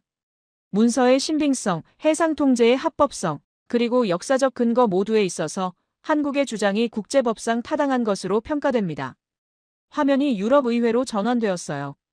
벨기에 브뤼셀의 유럽의회에서 유럽 의원들이 긴급회의를 소집했습니다. 의장이 말했어요. 한국의 자료 공개는 동아시아 지역의 국제법적 문제를 새롭게 조명하는 사건입니다. 유럽연합은 한국의 입장에 대한 법적 검토를 지지합니다. 저는 한정우 처장을 바라봤습니다. 이건 미리 준비된 거죠? 처장은 담담하게 답했어요. 교수님, 외교는 단순하지 않습니다. 한국 정부는 이 자료를 공개하기 전에 모든 주요 국가에 사전 통보했습니다. 그들에게 자료를 검토할 기회를 주었어요. 그 결과 유럽 7개국이 모두 한국의 입장을 지지하기로 결정한 것입니다. 1시간 43분 워싱턴. 미국 국방부 대변인이 긴급 기자 회견을 소집했어요. 펜타곤의 브리핑룸에서 말했습니다. 미국 국방부는 한국이 공개한 해상 통제 능력에 대한 자료를 검토했습니다. 검토 결과 한국의 해협 추적 정확도와 감시 능력이 미국의 위성, 감시 능력과 동등 이상의 수준인 것으로 평가됩니다. 이는 동북아 지역의 안보 환경을 새롭게 평가해야 한다는 점을 의미합니다. 저는 화면에서 눈을 떼지 못했어요. 미국 국방부가 공식적으로 한국이 미국과 동등하다고 인정했습니다. 이건 단순한 평가가 아니었어요. 이건 미국의 동북아 전략 재평가를 의미했습니다. 한정우 처장이 말했습니다. 미국은 일본의 가장 중요한 동맹국입니다. 하지만 미국도 사실을 무시할 수 없습니다. 한국의 자료 앞에서는 말이에요. 1시간 58분 유엔 본부. 유엔 사무총장이 성명을 발표했어요. 유엔은 한국이 제시한 역사 자료들이 국제 분쟁 해결에 있어 중요한 증거가 될 수 있다고 평가합니다. 이러한 자료들의 신빙성과 정당성이 확인되는 것은 국제법 체계의 투명성을 강화하는 결과입니다. 화면에 더 많은 나라들의 이름이 떠올랐어요. 캐나다, 호주, 뉴질랜드, 일본을 제외한 아시아 태평양 국가들. 하나둘씩 한국의 입장을 지지하는 입장을 발표하고 있었습니다. 뉘앙스는 다르지만 방향은 같았어요. 모두 한국 쪽으로 기울고 있었습니다. 2시간 14분 서울. 한국 외교부가 국제기자 회견을 열었습니다. 외교부 장관이 직접 나섰어요. 국제사회의 긍정적인 반응에 감사드립니다. 한국은 역사적 진실에 기초한 평화로운 해결을 추구합니다. 우리는 대화의 문을 항상 열고 있으며 국제법의 기본 원칙을 존중합니다. 그의 말투는 침착했지만 그 속에는 승리의 확신이 가득 차 있었어요. 왜냐하면 그 시점에서 이미 15개 국가가 공식적으로 한국을 지지했거든요.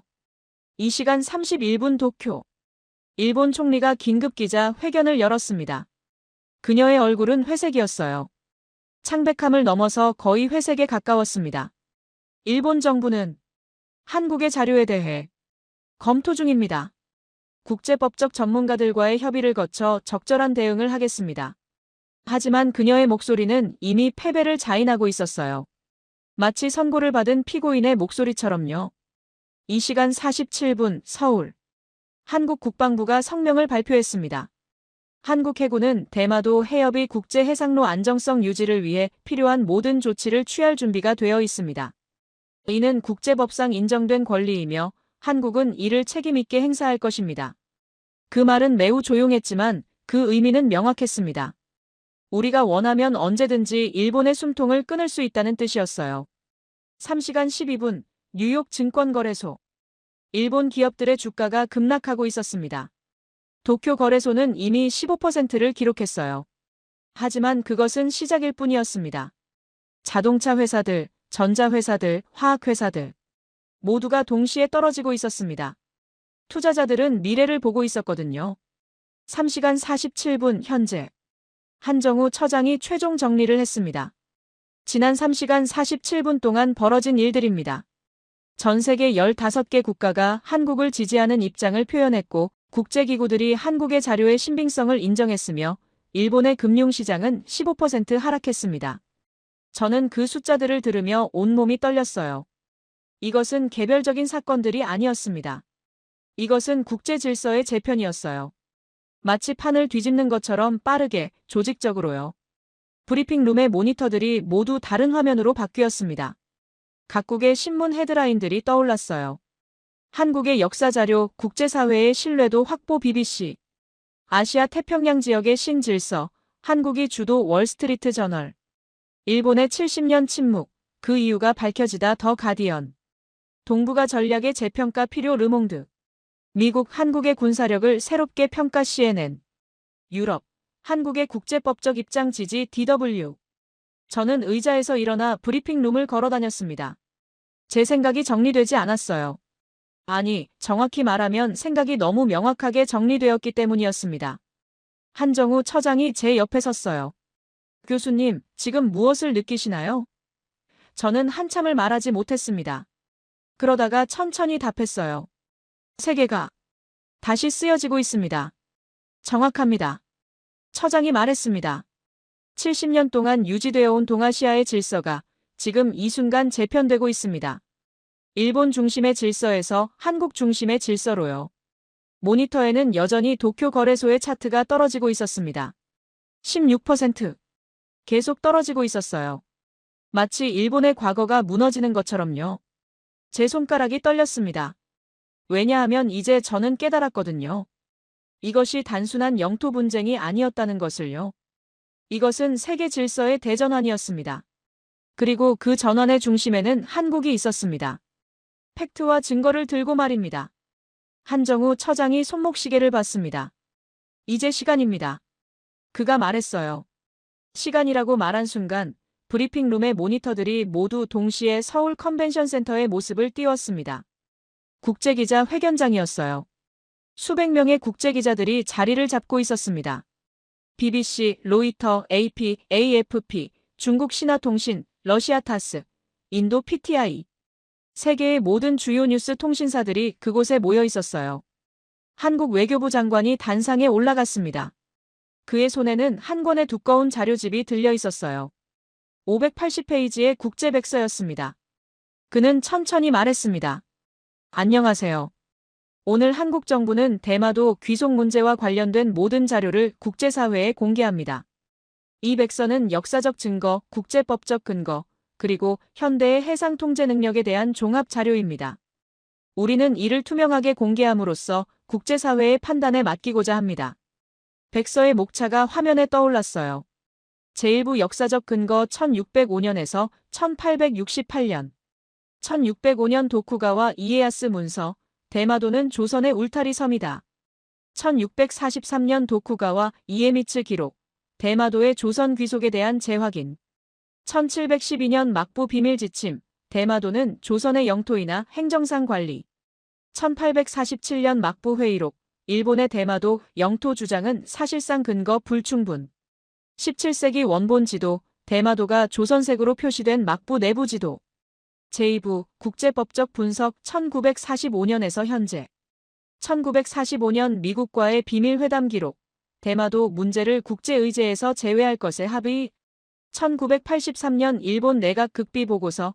일본의 패배 확률 82%. 1990년 업데이트. 패배 확률 87%로 상향. 2000년 업데이트. 패배 확률 89%. 2010년 업데이트. 패배 확률 91%. 국제 중재 회부 금지. 제3부 해상 통제 능력 현재. 대마도 해협의 일본 에너지 의존도 86.5%. 한국의 실시간 해협 추적 정확도 99.3%. 한국 해군의 함정 식별률 99에서 99.7%. 한국과 미국 위성 감시 정확도 비교. 한국 10m 대 미국 50m. 한미 해상훈련 지휘 효율성. 한국 92점 대 미국 88점. 제4부 경제안보 영향 분석. 해협 24시간 차단 시 일본 제조업 41% 급락. 48시간 차단 시 일본 산업 72% 마비. 72시간 차단 시 일본 경제 붕괴 위험도 94%. 군사 대응 시간 격차. 한국 3분 47초 대 일본 8분 23초. 한국 외교부 장관이 계속했습니다. 이 백서는 단순한 역사 자료가 아닙니다. 이것은 국제사회에 제시하는 팩트의 기록입니다. 우리는 감정으로 이를 제시하지 않습니다. 증거로 제시합니다. 화면에 실제 문서들이 띄워졌어요. 17세기 막부 문서의 원본 이미지. 일본 필체로 쓰인 조선의 울타리 섬이라는 표현이 명확하게 보였습니다. 그 다음은 1983년 일본 내각 보고서의 인장이 찍힌 원본. 그리고 해상위성 이미지들. 대마도 주변의 실시간 함정 위치 추적 화면. 국제기자들이 숨을 멈췄어요. 이 모든 자료들이 한국의 손에 있다는 것을 깨닫고 있었거든요. 특히 일본 내각의 극비 문서까지 공개되었다는 사실에요. 우리는 특히 일본 정부가 지난 40년간 준비한 방어선들이 이제 더 이상 유효하지 않다는 것을 명시하고 싶습니다. 외교부 장관이 말했습니다.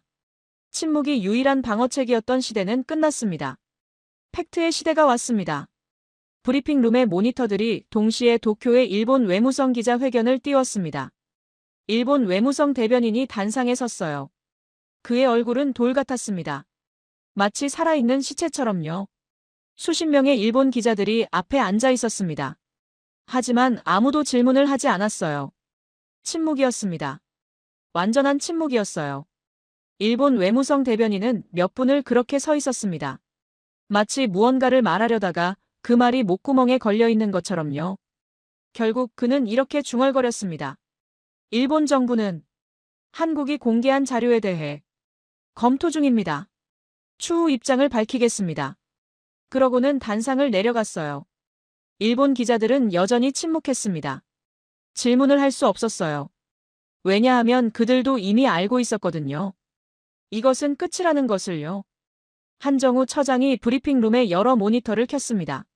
세계 각지의 반응들이 떠올랐어요. 서울 한국국방부, 한국정부의 자료 공개를 통해 동북아 안보 환경의 투명성이 강화되었습니다. 한국 해군은 대마도 해협의 국제 해상로 안정성 유지에 지속적으로 노력할 것입니다.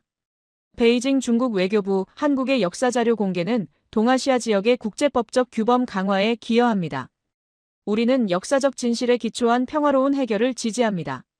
브뤼셀 유럽연합은 한국이 제시한 증거들이 국제법상 타당성을 갖추었다고 평가합니다. 이는 동아시아 지역의 새로운 국제법적 기준이 될 것입니다. 워싱턴 미국 국방부 미국은 한국의 해상 통제 능력이 동북아 지역의 안정성 유지에 중요한 역할을 한다고 평가합니다. 우리는 한국과의 전략적 협력을 더욱 강화할 계획입니다. 뉴욕 유엔 사무국 유엔은 한국의 자료 공개가 국제 분쟁 해결에 있어 투명성과 신뢰도를 강화하는 긍정적 사례가 될 것으로 평가합니다. 도쿄 거래소의 주가가 실시간으로 떨어지고 있었습니다. 이제 18%였어요. 계속 떨어지고 있었습니다. 투자자들은 더 이상 일본의 미래를 신뢰하지 않았거든요.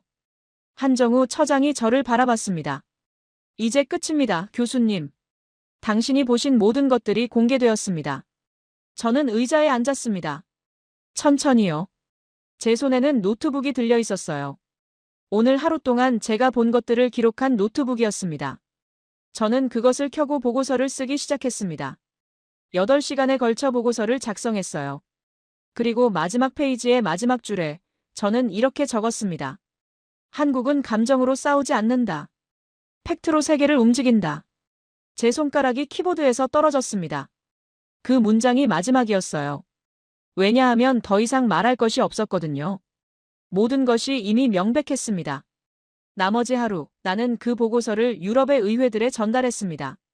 마이크 없이 차분하게요. 단지 팩트를 기록한 보고서로요. 그 보고서는 유럽 8개국의 의회 자료실에 보관되었습니다.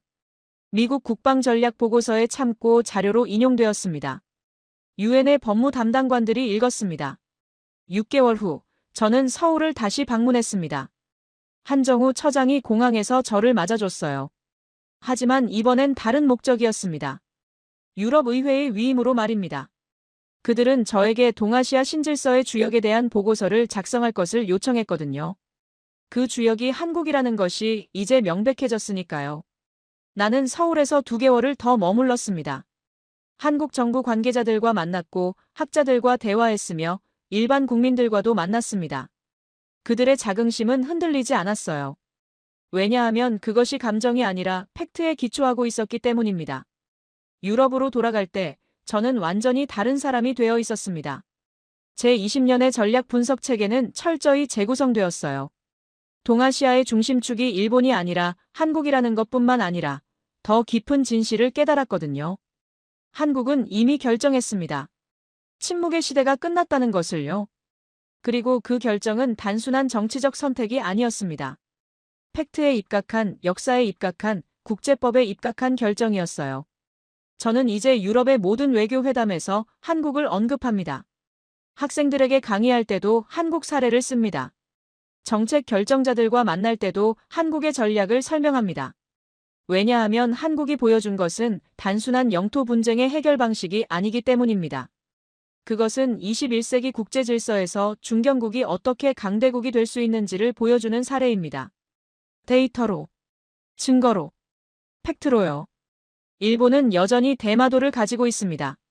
하지만 그것을 지킬 수 있다는 확신은 잃어버렸어요. 그리고 그것이 더 무서운 것입니다. 왜냐하면 확신이 없는 나라는 어떤 순간에도 무너질 수 있기 때문입니다. 반면 한국은 그 반대입니다. 팩트를 가진 나라는 시간이 지날수록 더 강해집니다. 왜냐하면 시간은 항상 진실의 편에 서기 때문입니다. 동아시아에서 새로운 질서가 시작되었습니다. 그 질서의 중심에는 한국이 있습니다. 17세기의 막부 문서도 알고 있었던, 1983년에 일본 정부도 확인했던, 그리고 이제 전 세계가 인정하는 팩트. 그것이 바로 한국입니다. 나는 이제 확신합니다. 다음 100년의 동아시아는 한국의 세기가 될 것이라고요. 팩트의 힘으로요. 17세기 일본 막부가 비밀리에 남긴 조선의 울타리 섬이라는 한 문장이 1983년 일본 내각의 극비 보고서가 되어 그리고 오늘 한국의 팩트로 세계를 흔들고 있습니다.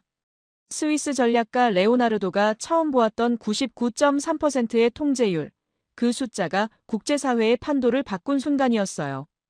팩트 하나가 70년의 침묵을 깨뜨렸고 한국은 데이터로 역사를 다시 썼습니다. 이 이야기가 가슴에 와닿으셨다면 좋아요 버튼으로 응원해주시고 구독도 꼭 부탁드려요. 그리고 댓글에 진심 2글자만 남겨주세요. 여러분의 댓글 하나하나가 한국의 진실을 알리고 다음 세대에게 우리의 위대함을 전하는 힘이 됩니다. 끝까지 시청해주셔서 진심으로 감사드립니다.